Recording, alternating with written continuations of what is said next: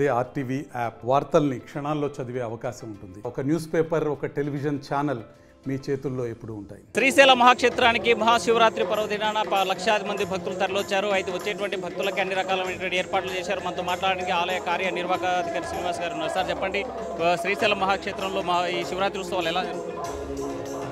ఓం నమ శివాయ, శ్రీమాత్రే నమః.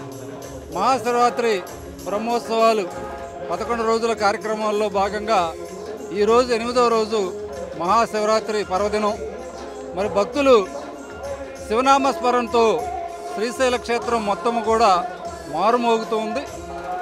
ఈరోజు స్వామి అమ్మవార్ల యొక్క అలంకరణ పూర్తి చేసి 2 గంటల 30 నిమిషాలకి సామాన్య భక్తులకి పెద్దపీట వేయడం ద్వారా మొట్టమొదటి దైవ దర్శనం వారికే ఇవ్వాలనేటువంటి సంకల్పం, అదేవిధంగా గౌరవ ముఖ్యమంత్రి వర్యులు, అదేవిధంగా గౌరవ మంత్రివర్యులు ఇచ్చినటువంటి సూచనలు ప్రకారం గత సంవత్సరాలు ఉన్నటువంటి అనుభవాల్ని, అమ్మవారి యొక్క అలంకరణ 45 నిమిషాలు లేట్ అవ్వడాన్ని గమనించి వైదిక కమిటీలో చర్చించడం ద్వారా స్వామి అమ్మవార్ల యొక్క అలంకరణ వెంటనే పూర్తి చేయడం ద్వారా 2:30 గంటలకే ఉభయ దేవాలయాలను కూడా మనం ప్రారంభించడం అనేది జరిగింది.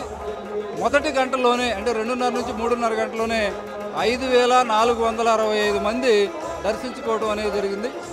ఇప్పటికీ దాదాపు మరి 1,00,000 దాటుతుందని చెప్పేసి గత సంవత్సరం దీని ప్రకారం ఉంది. ఈ సంవత్సరం దానికి మించే భక్తులు వస్తారు.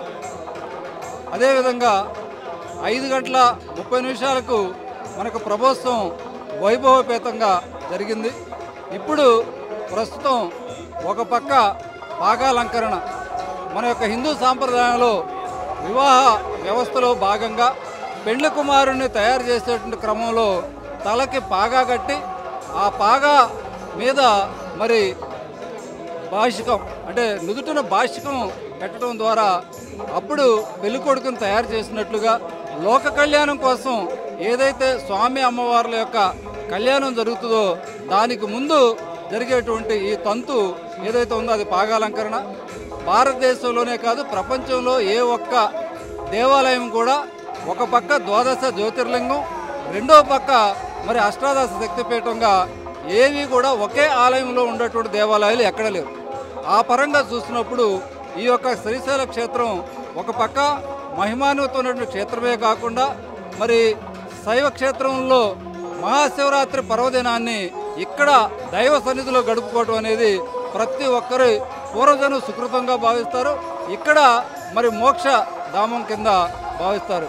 దానికి అనుగుణంగా గత 3 సంవత్సరాల్లో అనుభవమైనటువంటి ఏవైనా చిన్న చిన్న లోటుపాట్లు అన్నింటినీ కూడా అధిగమించడానికి సంబంధించి ఈ సంవత్సరం ప్రణాళిక తక్కువ చేసి నేను కనీసం చేరి 70 రోజులు మాత్రమే అయింది. అయినప్పటికీ కూడా ప్రతి విషయం మీద ఆకలింప చేసుకొని గత 3 సంవత్సరాల్లో జరిగినటువంటి విషయాలన్నింటినీ కూడా మరి సమీక్షించడం ద్వారా ఈ సంవత్సరం ఏర్పాట్లని 30% అదనంగా, అది క్యూలైన్ మేనేజ్మెంట్ కావచ్చు, అదేవిధంగా మంచినీటి వస్తాయి, మరుగుదొడ్లు వస్తాయి, అదేవిధంగా మరి రహదారులలో ట్రాఫిక్ ఎక్కడ ఇబ్బంది లేకుండా అవసరమైన ఏర్పాట్లు చేయడం జరిగింది.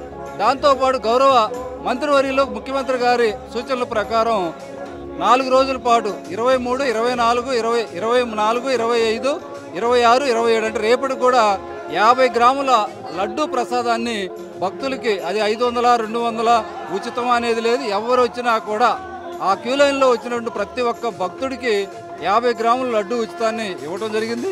అదేవిధంగా నిన్న ఈరోజు 2 రోజుల పాటు మన యొక్క టోల్ గేట్ ఏదైతే ఉందో దాని నుంచి ఎటువంటి ఒక్క రూపాయి కూడా మరి వాహనాలు నిలిచి వాటికి లేట్ అవుతుంది అనేటువంటి దీంతో కూడా మరి మన యొక్క మంత్రివర్యులు ఇచ్చినట్టు దాంతోపాటు అదేవిధంగా క్యూ లైన్లో కూడా మంచినీటి బాటిల్ని అవసరమైనట్లయితే ఎమర్జెన్సీలో కూడా వాడుకోవడానికి ఇక్కడ ప్లాస్టిక్ నిషేధమైనప్పటికీ కూడా ఫారెస్ట్ వారిని రిక్వెస్ట్ చేసి ఈ యొక్క కార్యక్రమం ప్రత్యేకించి అదేవిధంగా సమ్మర్ వేసవి యొక్క తాపానికి ఎవరు కూడా గురి అయ్యి మరి అస్వస్థకు గురి కాకుండా చూడటం కోసం అని చెప్పేసి ఆ ఏర్పాట్లు చేసాం.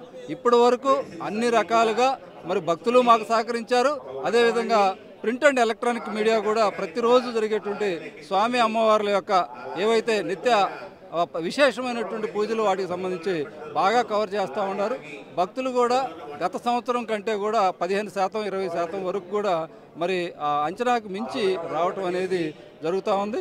భక్తులతో చాలామందితో కూడా నేను మాట్లాడాను. ఇరుముడు శివదీక్ష స్వాములు ఎవరైతే ఉన్నారో ఈ సంవత్సరం మనం మన దీంట్లో చంద్రావతి కళ్యాణ మండపంలో పెట్టడం ద్వారా వారికి 4 కంపార్ట్మెంట్లు ఏర్పాటు చేసి అక్కడే మనం ఎల్ఈడి టీవీ పెట్టి భక్తి పారవస్యంలో వారు మునగటానికి, అదేవిధంగా కొంత సమయం లేట్ అయినప్పటికి కూడా వారికి ఆహార పానీయాలు అక్కడికక్కడే తయారు చేసి వేడివేడిగా ఇవ్వడానికి పాలు, బిస్కెట్స్, అదేవిధంగా అక్కడే మరుగుదొడ్లు వాటిని కూడా ఏర్పాటు చేయడం అనేది జరిగింది. ఇట్లా మా శక్తి మేరకు ఈ యొక్క దేవాలయ పరిపాలనాధికారిగా ఈ ఉత్సవాలు 11 రోజుల ఉత్సవాలని జరపడానికి ఏ విధమైనటువంటి సంకోచాలు లేకుండా చక్కగా జరుగుతూ ఉన్నాయి.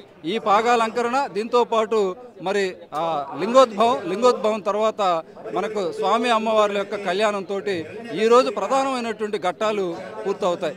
రేపు ఎల్లుండితోటి మనం ఏదైతే ధ్వజారోహణం చేస్తామో దాన్ని ధ్వజ అవరోహణం చేయడం ద్వారా మనకు 28 సాయంత్రంతో అధికారికంగా ముందవుతుంది. కానీ 1వ తారీఖు వరకు కూడా మనం ఈ కార్యక్రమాలు పూర్తి చేసుకుని 11 రోజుల యొక్క బ్రహ్మోత్సవాల్ని ఈ యొక్క మహాశివరాత్రి సందర్భంగా ఏ విధమైనటువంటి చిన్న సంఘటనలు లేకుండా ఆ స్వామి అమ్మవారు నా చేత నడిపించడంలో నేను తప్పనిసరిగా కృతకృత్యులు అవుతానని చెప్పేసి భావిస్తూ ఓం నమః శివాయ, శ్రీమాత్రే నమః. రథోత్సవం రేపు ఎన్ని గంటలకు జరగబోతుంది, ఎంతమంది పాల్గొంటారని అంచనా?